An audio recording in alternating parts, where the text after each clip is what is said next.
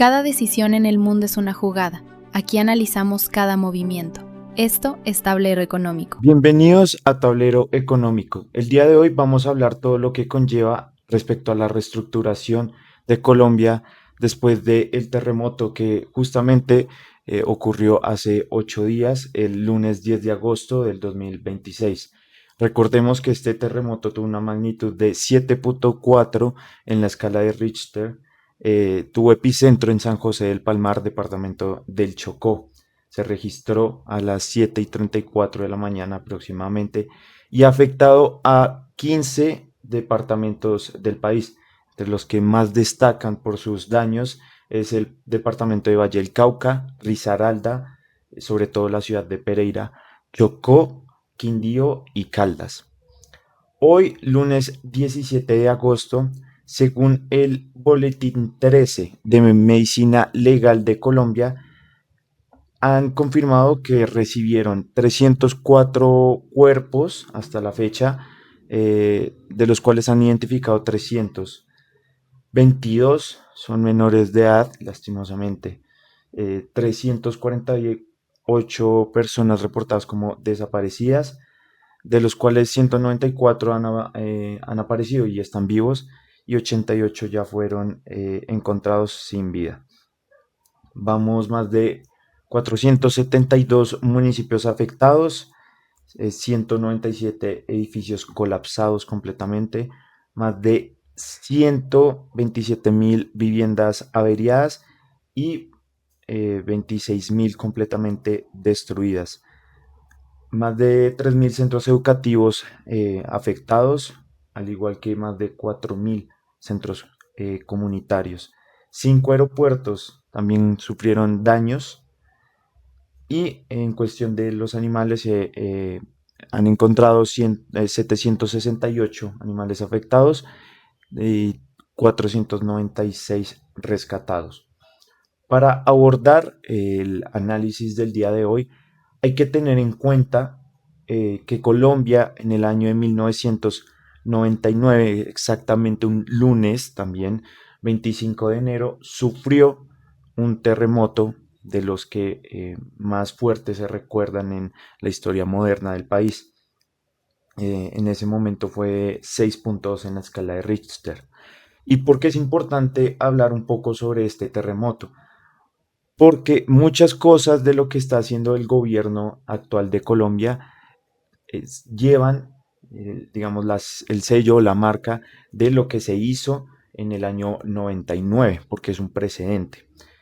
Entonces, para darles una breve introducción a lo que ocurrió en ese año, el epicentro fue en el municipio de Córdoba, en Quindío, a solo 16 kilómetros de Armenia. Y eso hizo que la ciudad más afectada fuese Armenia, ya que se destruyó alrededor de un 75% su infraestructura urbana. Esta vez fueron 28 municipios de los departamentos de Quindío, Risaralda, Caldas, Valle del Cauca y Tolima gravemente afectados. Si se dan cuenta, hay varios departamentos que están repitiendo daños por los terremotos en esta nueva contingencia que ocurrió hace 8 días, ¿no? Para aquel entonces fueron poco más de 35.000 viviendas las que quedaron destruidas, y le tomó al gobierno, digamos, la reconstrucción, 1.589 millones de dólares. En ese momento se equivalía al 2.2% del PIB de Colombia. En aquel entonces el ministro de Hacienda era Juan Camilo Restrepo. En ese entonces también el presidente era Pastrana. ¿Y por qué mencionó a Juan Camilo Restrepo? Pues fue una de las personas que lideró esta reconstrucción del país. En ese entonces él creó el FOREC, que era el Fondo para la Reconstrucción y Desarrollo Social del Eje Cafetero, ya que fue la zona, digamos, más afectada, donde el 62% de los recursos salieron del presupuesto nacional aproximadamente, y el 38% de créditos externos o ayudas internacionales por parte del Banco Mundial, el BID, etc. ¿Por qué se menciona el FOREC? Porque fue supremamente eficiente. Logró ejecutar y cumplir el 93% de las metas pactadas en tan solo 2 años y medio, lo cual es, digamos, un hito histórico, teniendo en cuenta todo el trabajo que conlleva detrás eso. Y justamente en una entrevista con El Tiempo, hace ya varios días, Juan Camilo fue, digamos, cuestionado respecto a qué debe hacer el gobierno, digamos, con esta nueva calamidad, ¿no? Y él propone algo muy interesante que lo llama el Plan Marshall Criollo. Pero antes de entrar a fondo, él, digamos, da una cifra un poco alarmante y es que de manera preliminar él cree que la reconstrucción de Colombia va a rondar entre los 20 y 40 billones de pesos colombianos, lo que representaría entre el 1 y 2% del PIB del país. Ahora, ¿qué hizo que el modelo que él llevó a cabo en el 99 funcionara? Pues realmente él también destacó la capacidad, digamos, de gerencia y convocatoria que tuvo su equipo en ese momento, que fue liderado por Luis Carlos Villegas, fue uno de los actores clave, ya que logró aglutinar la cooperación internacional, el conocimiento técnico y el conocimiento de la empresa privada. Y es que él toca un punto importante y dice que la empresa privada fue clave para aquel entonces, sobre todo los empresarios antioqueños, para la reconstrucción del país, ya que ayudaron en programas de vivienda. Y como hemos visto, digamos, en el tiempo presente, las empresas privadas también han jugado un papel importante. Hemos visto aportes de todas las empresas prácticamente del país, de Grupo Argos, se ha comprometido con una gran cantidad de dinero para la reconstrucción, al igual que, por ejemplo, Uber, Didi. Si tú ibas a los centros de acopio a hacer voluntariado, el viaje te salía prácticamente gratis. McDonald's también ha apoyado con comida y muchísimas empresas más que, digamos, se me escapan en este momento, pero sí se ha visto gran presencia del sector privado y eso es algo importante. Ahora, ¿qué es el Plan Marshall, cierto? Hace alusión a la reconstrucción que vivió Europa después de la Segunda Guerra Mundial y se recuerda porque fue un plan no solo de, digamos, reconstruir la parte urbana de Europa y ya, sino que aprovecharon este momento como motor económico para impulsar justamente sus economías, ¿no? Valga la redundancia. Entonces, por eso él propone algo similar para Colombia, que Colombia debe aprovechar, digamos, esta contingencia para utilizarlo como un impulso en nuestra economía. ¿Y por qué? Porque se van a demandar muchos productos, insumos, materiales, y no solo hablamos digamos, de materiales y ya, sino también se va a demandar mucha mano de obra. Entonces, esto va a ser un shock de demanda para la economía colombiana, que si se hace bien y se puede aprovechar de mejor forma, pues podríamos ver un crecimiento importante, ¿no? Ahora, se están hablando en el artículo, se habla de 40 billones. Ya más adelante confirmaremos la cifra según el gobierno, el presidente, pero principalmente, ¿dónde saldría esta parte de los recursos? Bueno, pues recordemos que ya el miércoles pasado, 12 de agosto, el presidente Abelardo de la Espriella declaró emergencia económica. Esto es básicamente un estado de excepción que contempla el artículo 215 de la Constitución de Colombia.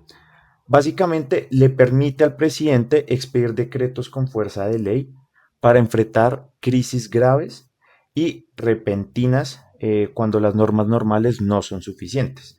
Este tiene una vigencia de 30 días, año calendario.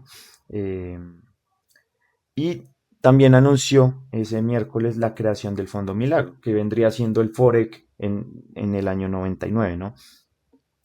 Van a recibir aportes tanto nacionales como internacionales para reconstrucción de hospitales, centros educativos, viviendas, vías, aeropuertos, etcétera, ¿no? Ahora, ¿quién está asesorando justamente ese Fondo Milagro? Pues bueno, Luis Carlos Villegas, que fue uno de los que estuvo al frente del FOREC en el 99. Por eso era importante dar un contexto de lo que sucedió en ese año. Ahora, el 17 de agosto, es decir, el día de hoy, en horas de la tarde, digamos que el presidente Abelardo presentó los detalles financieros y operativos del plan para su reconstrucción. Lo llaman el Plan Milagro de Reconstrucción y nos da la cifra mágica que rondarían los 30 billones de pesos. Es decir, que eh, el ex ministro de Hacienda, Juan Camilo Restrepo, no se descachó. Ya tiene, digamos, a ese rango. Y yo creería que podría aumentar esta suma a medida que vaya avanzando el proceso, ¿no?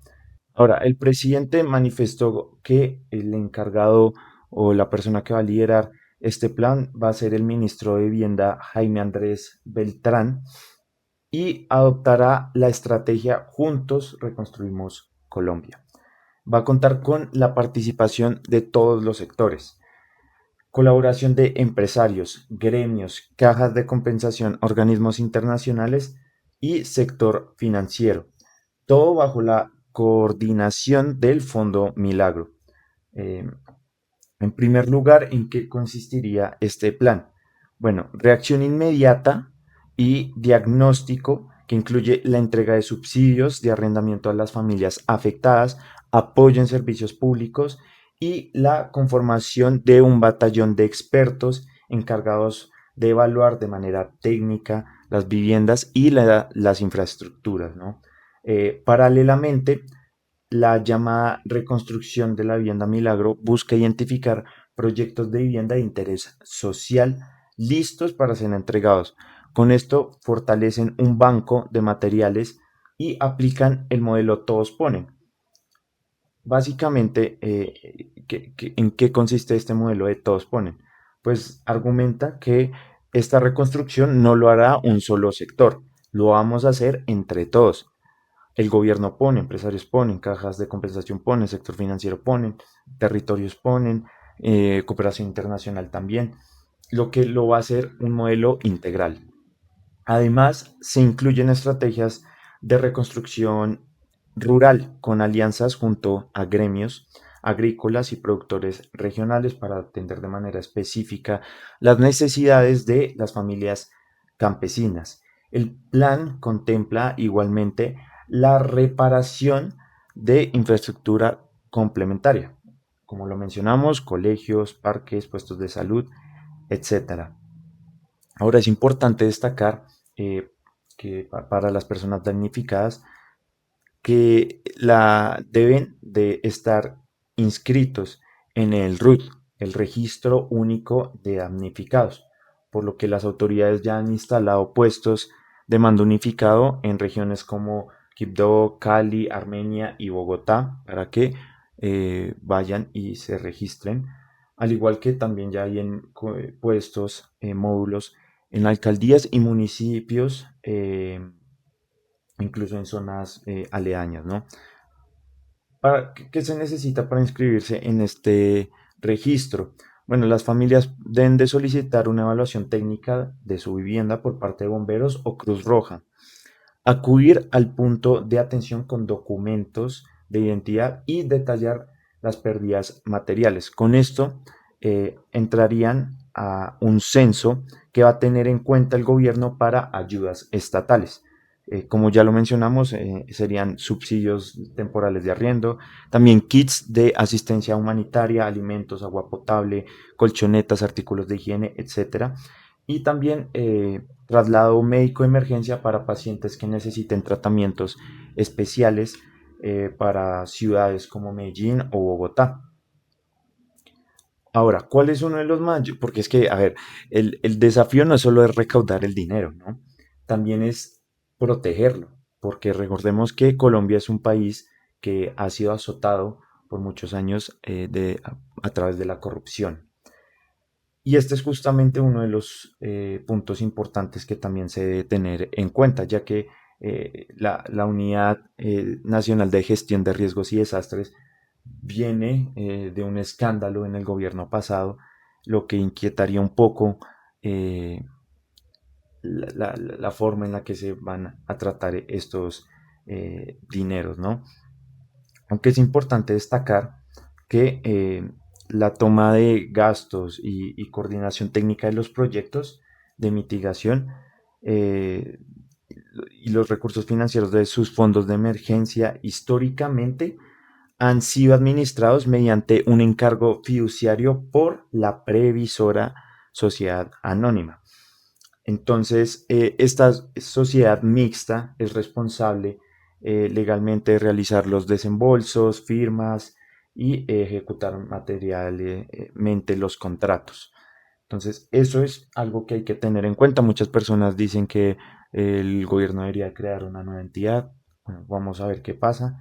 Eh, la verdad, desde mi perspectiva, no creo que eso suceda porque no sería ahorita la prioridad crear una nueva entidad. Además que administrativamente sería un caos porque recordemos que el gobierno apenas lleva una semana. Entonces, no sería como lo más eficiente en estos momentos, pero mucha gente sí le queda en la memoria el escándalo de corrupción de la UNGRD, que según la Contraloría General de la República, el desfalco total sistemático superó los 60 millones de dólares.